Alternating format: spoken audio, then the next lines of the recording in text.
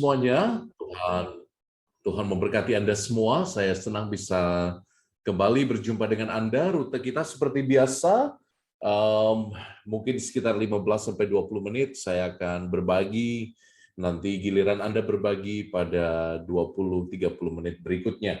Jadi ringkas saja, tema hari ini adalah kasih yang membebaskan, the liberating love. Mungkin saya mulai dengan cerita tentang pengalaman ya. Pernah suatu kali saya mendengar bahwa ada seorang Katolik bersama seluruh keluarganya berpuluh-puluh tahun yang lalu masuk ke agama tetangga yang mayoritas itu.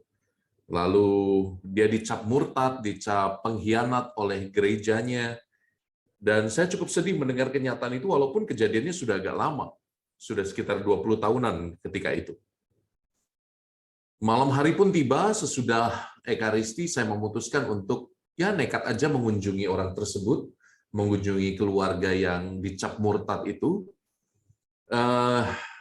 Saya pikir kalau Tuhan Maha Rahim, dia pasti akan pakai saya untuk ya setidaknya berkenalan lah kalau tidak mau memanggil kembali pulang. Jadi saya memutuskan pergi ke rumah keluarga tersebut dan sepanjang perjalanan ketua stasi bercerita bahwa orang tersebut dulu sakit hati pada satu romo yang menolak untuk makan di rumahnya. Hanya karena rumahnya itu masih sangat sederhana, lantainya tanah, dindingnya dari anyaman bambu. Anda tahu ya, rumah-rumah zaman dulu itu di daerah transmigrasi tidak begitu baik keadaannya. Dan ketika hujan datang, mereka tidak bisa ke gereja, lalu sang romo sepulang dari Ekaristi bertanya, ini makan di rumah siapa? Oh, di rumah Bapak X ini. Tapi karena Bapak X itu tidak punya uang untuk membeli payung pada saat itu, dan kondisi jalanan sangat parah, daerah transmigrasi, jadi dia tidak bisa pergi. Dan si romo begitu mengetahui bahwa Bapak X ini tidak ikut misa, lalu memutuskan untuk tidak mau makan ke rumahnya. Padahal dengan segala kekurangan sudah disiapkan lauk pauk, mereka memotong ayamnya sendiri, mereka berhutang untuk beli beras, sampai separah itu. Ditunggu sampai malam, romonya tetap tidak mau datang dan mereka kecewa lalu pindah ke agama tetangga. Dengan secuil keberanian dalam hati saya, saya pikir coba aja lah, Bapak yang Maha Rahim itu kan seperti gembala yang baik hati. Lalu saya datang berkunjung, dan ketika orang itu mendengar ketua stasi berkata, Pak, ini ada Romo datang. Dia kaget bukan main. Untuk pertama kalinya selama puluhan tahun dia meninggalkan gereja, baru ada seorang imam datang ke rumah itu. Awalnya saya agak-agak cemas ya, waduh ini dibawain parang atau golok ini. Tapi rupa-rupanya ketika dia melihat saya dan ini sungguh Romo, ya saya Romo Joni, SCY. Lalu reaksinya tidak tertebak ya, dia menangis terharu. Dia menangis sejadi-jadinya seperti anak kecil. Lalu dia memanggil istrinya keluar dan istrinya begitu mengetahui bahwa saya Romo, juga menangis terharu. Akhirnya kami bertiga tangis-tangisan di dalam. Jadi kami saling menangis. Tidak lama kemudian dia mengeluarkan bungkusan putih. Isinya you tahu apa? Patung Bunda Maria, patung salib, rosario. Jadi selama puluhan tahun mereka diam-diam berdoa rosario tiap malam jam 12. Mereka walaupun beribadah di kulitnya saja di agama tetangga, namun dalam hati mereka tetap merindukan Tuhan Yesus. Ini loh yang saya katakan. Kadang-kadang sedikit kepedulian, sedikit cinta itu membebaskan. Kadang-kadang sedikit kenekatan untuk menunjukkan bahwa kita menyayangi seseorang, itu betul-betul menjadi tanda kasih yang menyembuhkan dan membebaskan. Ini salah satu pengalaman Romo yang tidak akan saya lupakan. Pengalaman kedua saya adalah ketika saya datang mengunjungi seorang dengan penyakit gangren, umat saya usia sudah 78, gangrennya infeksi sampai kemana-mana. You bisa bayangkan dia tinggal sendirian, tidak ada yang mengurus, dan Romo bersama beberapa umat itu memberkati orang itu, mengantar komuni, dan dia merasa sangat diteguhkan. Padahal saya sendiri mau muntah rasanya masuk ke kamar itu. Anda bisa bayangkan bau daging busuk ya, tapi bau itu datang dari manusia yang bercampur dengan bau kotoran di tempat tidur. Itu salah satu pengalaman horrible yang saya alami ketika mengantar komuni. Tapi engkau tidak akan percaya betapa cerahnya orang itu ketika saya mengangkat Hosti Kudus itu ya. Inilah anak domba Allah yang menghapus dosa dunia. Berbahagialah kita yang diundang menyambutnya. Ini nenek-nenek ini seolah mau bangkit ya dengan keterbatasannya. Padahal saya tahu itu tidak mungkin. Itu mustahil itu. Dia ingin bangkit dan dia mukanya bersinar-sinar dan dia mengatakan, Romo sampai mati saya ikut Yesus. Rupanya nenek ini ditolak oleh anak-anaknya yang sudah pindah ke agama tetangga. Mereka mengatakan, oh mama saya ini kafir, tidak boleh masuk rumah saya. Dia baru akan saya urus kalau dia ikut iman saya. Si nenek tidak mau, akhirnya dia ditelantarkan oleh anak-anaknya. Ini kejadian nyata yang membuat saya sangat terenyuh. Tapi ketika kami datang mengantar komuni, memberi sakramen perminyakan untuk nenek ini, dia sambil berlinang air mata, sambil tersenyum, dia mengatakan, Romo, Yesus kekuatanku, Yesus kekuatanku. Aku mau mati ikut Yesus. Saya tidak pernah menyangka ya tindakan kasih yang sederhana, sesederhana Romo mengantar komuni, itu bisa menjadi satu bentuk cinta yang powerful, yang membuat orang betul-betul merasakan kehadiran Tuhan. Saya pikir poin saya sederhana malam hari ini. Malam hari ini mari kita melihat bahwa tindakan kasih, the action of love, itu punya efek yang luar biasa besar yang bahkan Anda tidak bisa bayangkan pengaruhnya. Yang Anda tidak bisa bayangkan daya kuasanya yang membebaskan. Teman-teman, dari mana kita mendapat kemampuan untuk melakukan tindakan kasih ini, atau kalau mau bisa kita bahasakan tindakan belas kasih, the merciful action atau the merciful deeds. Dari mana kita punya kekuatan untuk ini? Menurut saya Yohanes bab 15 ayat 15 itu adalah salah satu kunci untuk mengerti panggilan hidup seorang devosan kerahiman. Yohanes 15 ayat 15, pasti Anda familiar dengan itu, yaitu salah satu ayat-ayat emas saya, mengatakan bahwa engkau kupanggil bukan lagi hamba, melainkan apa? Melainkan sahabat. Aku memanggilmu bukan lagi hamba, sebab hamba tidak tahu apa yang dilakukan tuannya. Aku memanggilmu sahabat. I call you friends. Dan dalam terang sabda ini kita dapat mengerti bahwa seorang putra Allah yang luar biasa, agung, mulia, dan kudus memanggil kita sebagai sahabat. Ayat 15 dalam Yohanes bab 15 ini selalu direnung-renungkan oleh para ahli kitab suci, ahli teologi, ahli filsafat, sebagai undangan yang luar biasa dahsyat. Ketika kita memanggil seseorang sebagai sahabat, maka saya hanya menginginkan yang baik bagi orang itu. Saya hanya menginginkan yang mulia, elok, dan kudus bagi orang itu. Dan lebih penting lagi, saya tahu bahwa saya dan dia ada dalam hubungan yang egaliter, yang setara. Ketika Putra Allah menganggap kita adalah sahabatnya dan memanggil kita sungguh-sungguh sebagai sahabat, yang mengagumkan adalah bahwa dia tidak memandang kita pertama-tama sebagai pendosa yang lebih rendah dari dia. Putra Allah memandang kita sebagai partner yang setara. Dan ini hanya bisa mungkin kalau Anda sungguh menyelami Injil Yohanes dengan serius. Yang pernah ikut bahan renungan saya pasti bisa melihat bahwa seluruh puncak Injil Yohanes bermuara pada Yohanes bab 19. Yohanes bab 19 adalah kisah tentang penyaliban. Jadi seluruh tanda, seluruh kata-kata kunci dalam Yohanes mulai dari bab 1 sampai bab 19 itu berpuncak pada peristiwa penyaliban.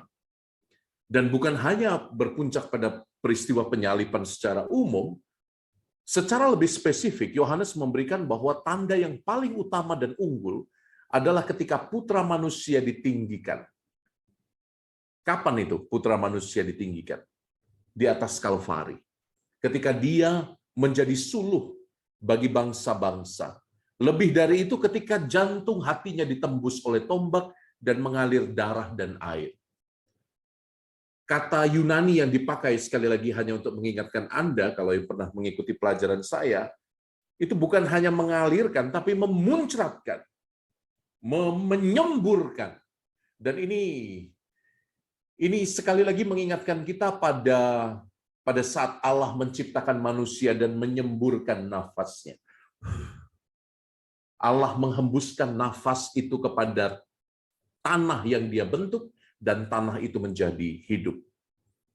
Ketika kita dibasuh dengan darah dan air dalam Yohanes bab 19, ketika darah dan air itu dimuncratkan, disemburkan, pada saat itu kita menjadi ciptaan baru. Kalau ciptaan pertama dimuncratkan, dihembuskan nafas Allah, lalu dia mati dalam dosa, dalam Yohanes bab 19, manusia dilahirkan kembali dalam air dan darah dari lambung yang tertikam. Justru di sini letaknya hubungan antara Yohanes bab 19 dengan Yohanes bab 15 ayat 15.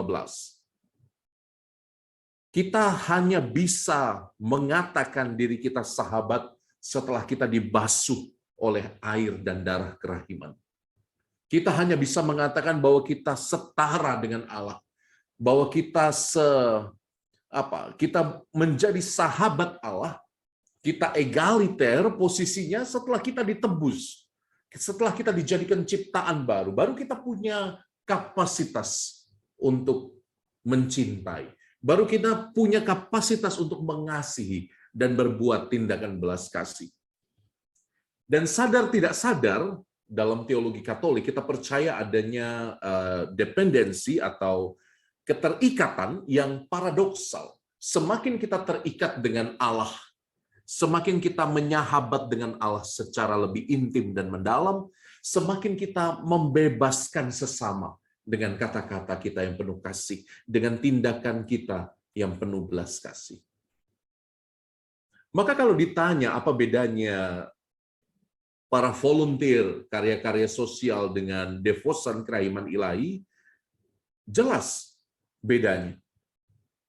Orang yang membantu menolong karya-karya kemanusiaan pada umumnya mungkin tergerak oleh motivasi-motivasi sosial, manusiawi, dan itu baik. Mungkin hatinya tergerak oleh belas kasihan. Tetapi devosan kerahiman ilahi punya sumber yang lebih dalam. Di mana sumbernya? Di kaki salib. Ketika dia mengalami bahwa dirinya dibasuh oleh darah dan air kerahiman itu, ketika dirinya mengalami bahwa aku dicintai luar biasa, pada saat itu dia tidak bisa tidak. Dia tidak bisa tidak bergerak untuk menolong dan membebaskan dirinya sendiri dan membebaskan orang lain. Maka itu sebabnya tindakan belas kasih, kata-kata belas kasih yang keluar dari persatuan kita dengan lambung Yesus yang ditikam, itu menjadi menjadi kata kunci yang luar biasa penting. Untuk menyadari bahwa semua itu punya daya hanya karena kita bersatu dalam Kristus yang mencintai kita lebih dulu. Nah, saudari-saudara yang terkasih, mungkin renungan ini sedikit biblis, teologis. Saya tidak ingin membuat yang rumit-rumit, tapi saya mengundang Anda untuk melihat bagaimana hubungan antara kita yang dipanggil menjadi sahabat Allah dengan kita yang dibasuh oleh darah dan air kerahiman. Hanya dengan persatuan yang mendalam dengan lambung yang tertikam itu, Kata-kata kita mempunyai daya, tindakan kita mempunyai daya, mempunyai efek yang menyembuhkan dan membebaskan. Nah, teman-teman sendiri nanti bisa lihat lagi, kalau mau melemparkan lebih jauh, saya suka sekali Injil Yohanes. Injil Yohanes bab 5 ayat 25 sampai 28. Di awal saya akan baca saja. Aku berkata kepadamu, sesungguhnya saatnya akan tiba dan sudah tiba, bahwa orang-orang mati akan mendengar suara Anak Allah, dan mereka yang mendengarnya akan hidup. Sebab sama seperti Bapa mempunyai hidup dalam dirinya sendiri, demikian juga diberikannya Anak mempunyai hidup dalam dirinya sendiri. Dan ia telah memberikan kuasa kepadanya untuk menghakimi karena ia adalah Anak manusia. Jangan kamu heran akan hal itu, sebab saatnya akan tiba bahwa semua orang yang di dalam kuburan akan mendengar suaranya. Yohanes bab 5 ayat 25 sampai 28. Kenapa Romo tiba-tiba maju lagi setelah kita membahas Yohanes 15 ayat 15, kita menghubungkannya dengan Yohanes bab 19, lalu kita lari ke depan lagi jauh di Yohanes bab 5. Saya ingin mengundang Anda untuk menyadari satu hal penting juga, bahwa kuasa yang Anda terima pada saat Anda berbuat baik, pada saat Anda mengampuni, pada saat Anda melakukan tindakan belas kasih, kuasa itu, kuasa yang membebaskan itu datang tidak lain tidak bukan dari Yesus sendiri. Banyak orang merasa bangga dengan pencapaian-pencapaiannya.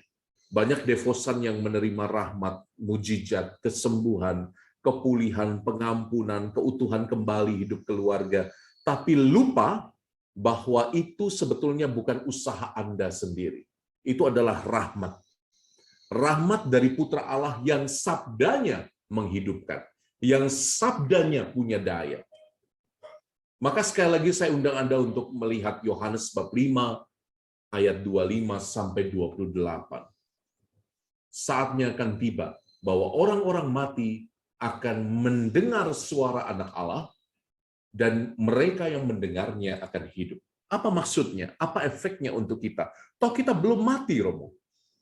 Saudara-saudariku yang terkasih dalam Kristus, banyak orang yang gagal mengampuni dirinya. Banyak orang yang gagal berbelas kasih pada orang lain. Terutama bila orang lain itu menyakiti hati dan hidupnya. Banyak orang gagal untuk menjadi pribadi yang penuh kerahiman. Dan inilah kegagalan ini yang kita namakan kematian pertama. Para teolog seperti Thomas Aquinas misalnya, Santo Thomas Aquinas bicara banyak tentang kematian pertama. Apa itu kematian pertama? Kematian pertama itu berbeda dengan kematian kedua. Tadi dalam ayat 28, Yohanes 5 ayat 28, dikisahkan tentang orang-orang dalam kubur akan mendengar suara Anak Allah. Itu kematian kedua. Yohanes bicara tentang kematian pertama pada ayat 25. Pada saat orang yang masih hidup itu seperti mati adanya karena dia diceraikan dari keintiman dengan lambung Yesus yang tertikam. Betul itu. Kalau kita sadar-sadari, setiap kali kita menjauh dari kasih kerahiman Tuhan, ada sesuatu yang mati di dalam hidup kita.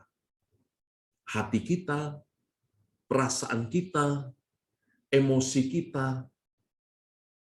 Bahkan tidak jarang semua negativitas yang muncul karena kita tidak cukup bersatu dengan kerahiman Tuhan melahirkan penyakit-penyakit yang tidak perlu, bukan?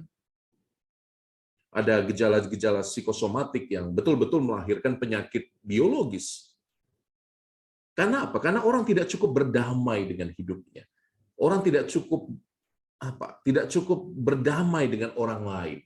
Orang tidak cukup mempunyai daya untuk bebas dari belenggu-belenggu masa lalu. Maka teman-teman, inilah antonim dari Yohanes 15 ayat 15. Yohanes bab 5 mengingatkan kita, kalau kita tidak bisa menjadi seperti sahabat Allah yang bersatu dengan lambung Yesus yang tertikam, kita akan seperti orang mati. Bahkan ketika kita masih hidup. Dan itulah kematian pertama. Kematian sebelum kita mati di dalam kubur. Anda bisa melihat ya benang merahnya ya. Mengapa Romo lemparkan Anda di bab 15, saya mundur ke bab 19, lalu saya maju lagi ke bab 5. Untuk menunjukkan bahwa memang ada kontradiksi, ada kontrasnya antara menjadi sahabat Allah dan hidup berbahagia, hidup yang penuh belas kasih, hidup yang penuh tindakan belas kasih yang membebaskan sesama dengan kegagalan untuk hidup di dalam Allah. Ini yang kita lihat dalam Yohanes bab 5.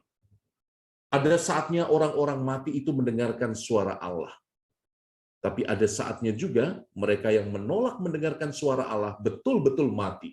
Mati sebagai kematian yang pertama. Nah, teman-teman, semoga renungan ini membantu Anda untuk lebih dalam melihat hidup Anda. Di mana Anda sekarang berada? Di mana posisi hidup rohanimu saat ini? Apakah engkau sudah cukup percaya diri dengan kasih kerahiman Tuhan? Apakah engkau sudah 100% memeluk kasih kerahiman Tuhan? Karena orang bisa berdevosi, orang bisa rosario koronka dari pagi, siang, malam, tapi hatinya enggan menerima kasih kerahiman itu. Hatinya enggan untuk mendengar suara Allah. Dia memilih mati sebelum saatnya mati. Di mana posisi hidup rohani Anda saat ini? Di mana motivasi Anda yang paling jujur ketika berbuat baik untuk orang lain? Apakah hanya dari motivasi psikologis Anda, atau Anda punya motivasi yang lain? Karena aku sudah dicintai luar biasa, Romo, maka aku tidak bisa tidak mencintai sesama. Hanya ketika kita mendengar suara Allah yang sejati dalam hati kita, suara yang mengatakan, aku mengasihimu, engkau berharga di mataku, aku mengampunimu, aku mengenalmu sejak engkau dikandung ibu, aku yang merajut buah pinggangmu. Hanya ketika kita mendengarkan suara Allah yang sejati, kita dijauhkan dari kematian. Hanya ketika kita mampu mendengar suara belas kasih dari Yesus yang ditikam di atas salib, kita mampu pergi ke wilayah-wilayah yang lebih mendalam. Pergi ke wilayah-wilayah yang beresiko untuk hidup kita tanpa perlu menjadi terlalu khawatir. Pergi untuk mewartakan kabar baik kepada orang-orang yang sampai saat ini masih dibelenggu oleh kuasa-kuasa kegelapan. Hanya dengan bersandar pada kekuatan salib dan kerahiman itu, kita dimampukan untuk memanggil sesama sebagai sahabat, untuk membiarkan mereka lepas dari aneka belenggu. Itulah mengapa saya memberi judul pertemuan kita malam hari ini, The Liberating Love, kasih yang membebaskan. Terima kasih, saya kembalikan kepada Pak Heru. Ya, terima kasih Romo Albertus Joni.